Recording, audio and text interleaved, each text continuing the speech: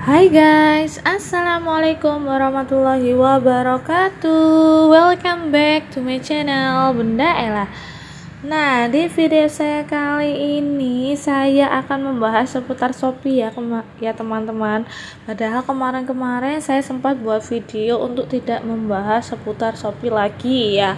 Tapi karena banyak sekali pertanyaan-pertanyaan seputar SPayLater dan S-Pinjam, maka dari itu saya putuskan untuk menjawab pertanyaan dari teman-teman semuanya ya.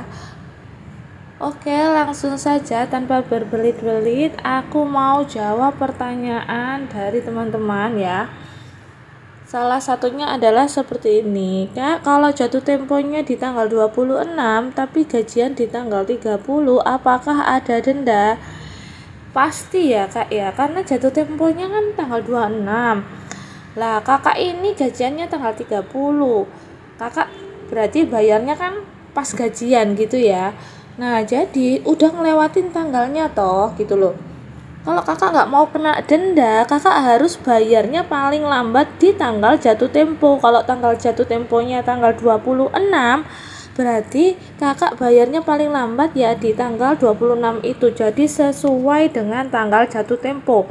Kalau nggak mau kena denda, kakaknya harus bayar ya sebelum itu Kak, sebelum tanggal jatuh tempo atau maksimal di tanggal 26 itu. Nah kalau kakak nunggu gajian ya pastinya itu akan kena denda.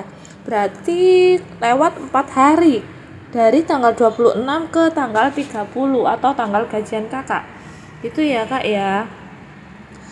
Atau bisa dengan cara kalau kakak gajian sekarang ya itu kita bayar untuk yang tagihan bulan depannya, itu kakak bisa bayar pas gajian, jadi nggak akan kena denda gitu ya Kak ya.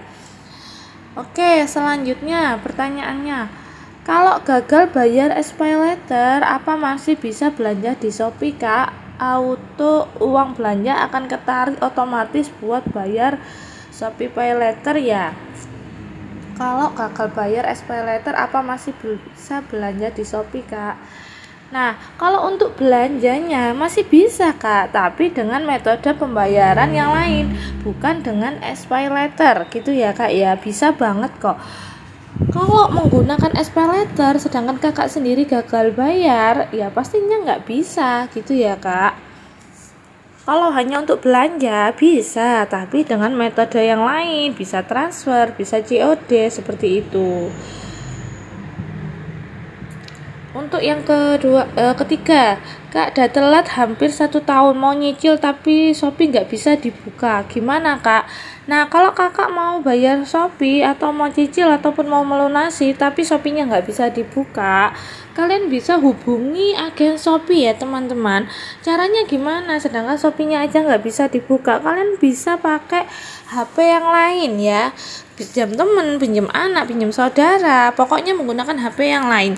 Nanti asalkan kalian itu ingat dengan akunnya, emailnya gitu ya, nanti pasti ditanyakan sama agen Shopee-nya ya Kak ya. Nanti kalau kakak pakai HP lain, kakak sampaikan aja keluhannya kalau Shopee-nya memang nggak bisa dibuka di HP saya yang satunya, makanya saya menghubungi dengan HP yang ini Kak. Nanti pasti ditanya username-nya apa gitu ya, dan lain sebagainya. Pokoknya kuncinya kakak ingat emailnya yang digunakan apa, username-nya apa gitu ya Kak. Oke, lanjut. Pertanyaan selanjutnya, semenjak kena PHK sampai HP dijual sampai nomor HP hilang, Shopee pun baru bisa dibuka. Saya punya tagihan SPayLater. Jika dibayar, apakah bisa dipakai kembali SPayLater-nya? Nah, seperti ini ya Kak. Ini kan berarti kakaknya itu udah telat ya untuk tagihan SPayLater-nya karena memang nggak ada dana karena sudah di PHK gitu ya Kak, sampai HP-nya dijual, nomornya hilang, dan Shopee-nya baru bisa dibuka sedangkan kakak punya tagihan di situ. Untuk pertanyaan bisa digunakan kembali atau tidak itu tergantung dari pihak Shopee ya Kak ya, karena ada yang telat sehari 2 hari itu masih dikasih limit, ada yang juga udah enggak, jadi semuanya itu tergantung dari pihak Shopee ya Kak ya, karena setiap akun berbeda. Kemungkinan kalau selama ini pembayaran kakak baik, itu bisa mendukung banget untuk kakak mendapatkan limit kembali. Seperti itu ya kak, tapi kembali lagi ke pihak Shopee. Lanjut, pertanyaan selanjutnya, jika tagihan 216.000 terus kita hanya bisa bayar 200.000, apa sisanya 16.000 jatuh pada bulan berikutnya? Terima kasih jawabannya. Oke kak, saya bantu jawab di sini ya. Kalau untuk tagihannya segitu 216.000 ya, kakak bayarnya 200.000, berarti dengan metode cicil ya ini ya kak ya. Jadi enggak satu kali cicilan, tapi metode cicil ini ya. Nah, sisanya 16.000 itu akan jatuh di bulan berikutnya ya kak, karena memang ada kekurangan, tapi nanti itu pasti akan ada dendanya kak, gitu loh. Karena ini sudah melewati bulan jatuh tempo yang seharusnya dibayarkan gitu. Misalnya kakak ini bayarnya di bulan Juli ya, seharusnya 216.000. Tapi kakak hanya mampu membayar 200.000 di bulan Juli. Lah 16.000-nya ini di bulan Agustus kan masih nyisa, tapi itu udah ada dendanya kak karena kelewat bulan Juli gitu ya kak ya. Oke, lanjut. Kak, akunku SPayLater bisa kok digunakan kembali, yang awalnya dinonaktifkan bisa digunakan kembali setelah dilunasi, tapi dalam jangka waktu yang lama, kurang lebih sekitar 3 tahun. Nah, ada pengalaman nih teman-teman dari kakaknya, kakak AY. Ini itu akunnya SPayLater itu yang awalnya dinonaktifkan bisa digunakan kembali loh setelah dilunasi. Tapi jangka waktunya memang cukup lama ya teman-teman. Kakaknya ini kurang lebih 3 tahun. Tapi setiap akun itu berbeda-beda loh teman-teman. Nggak tentu harus 3 tahun. Ada yang mungkin setahun, 2 tahun. Tergantung kembali dari pihak Shopee. Mungkin kalau kalian sering banget untuk digunakan belanja, mungkin akan juga menjadi pertimbangan dari pihak Shopee untuk mengembalikan lagi limit kalian. Seperti itu ya teman-teman. Nah, udah galbay Shopee berapa bulan, berapa tahun kak? Punya aku udah mau 3 tahun ini. Mau aku cicil dikit-dikit, tagihannya 1.100.000-an. Itu bisa aktif kembali lagi nggak ya? Nah, ini ya teman-teman, semuanya tergantung dari pihak Shopee ya. Karena semuanya itu nggak sama teman-teman. Penilaian kredit kalian di setiap akun itu berbeda. Jadi nggak bisa disamakan gitu ya. Oke, lanjut lagi. Kak, kalau punya tagihan 2 bisa bayar salah satu nggak sih sebelum jatuh tempo? Bisa banget ya. Jadi nanti sebelum jatuh tempo kalian bisa bayarnya itu satu dulu. Nanti dengan cara yang udah aku kasih tahu ya sebelumnya di video itu juga sudah ada cara membayar tagihan Shopee PayLater dengan cara mencicil sebelum jatuh tempo ya. Itu sama aja, itu udah bisa ya. Itu ada part 1, part 2 sama. Jadi nanti pas jatuh tempo udah lunas. Bisa ya. Kalian bisa cek sendiri di video aku yang sebelumnya biar nggak lama-lama.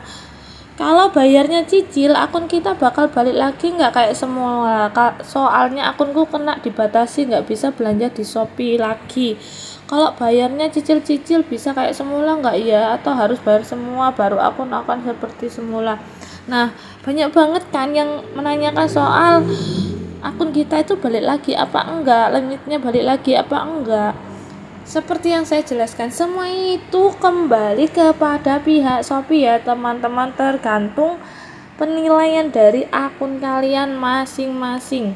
Aku hanya bisa mendoakan semoga akun kalian baik-baik saja dan bisa membayar tagihan SPayLater mau pinjam dengan baik, lancar terus ya, amin.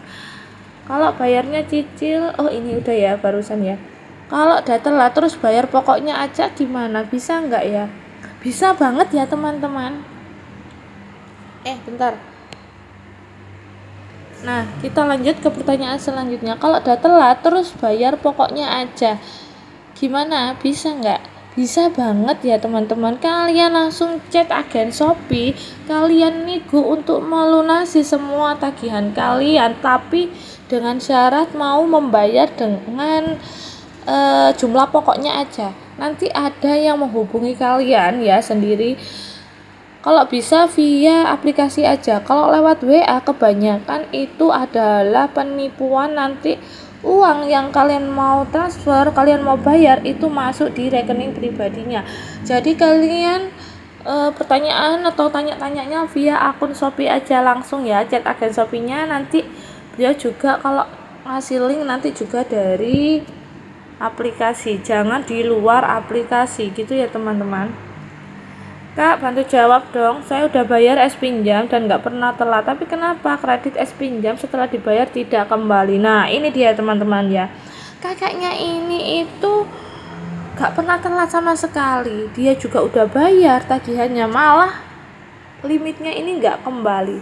Kenapa ya? Semua itu karena tergantung pihak Shopee teman-teman, apalagi kalau kita yang udah telat-telat sampai berbulan-bulan, bertahun-tahun tanya dikembalikan apa enggak, waduh ya ini tadi kembali ke pihak Shopee. Kakaknya aja yang nggak pernah telat tagihannya dan bisa bayar nggak dikembalikan kok gitu loh ya. Jadi itu rezekian ya teman-teman. Nah, sekian informasi dari saya ya teman-teman, semoga membantu pertanyaan dari teman-temanku semuanya. Mohon maaf bila ada salah-salah kata.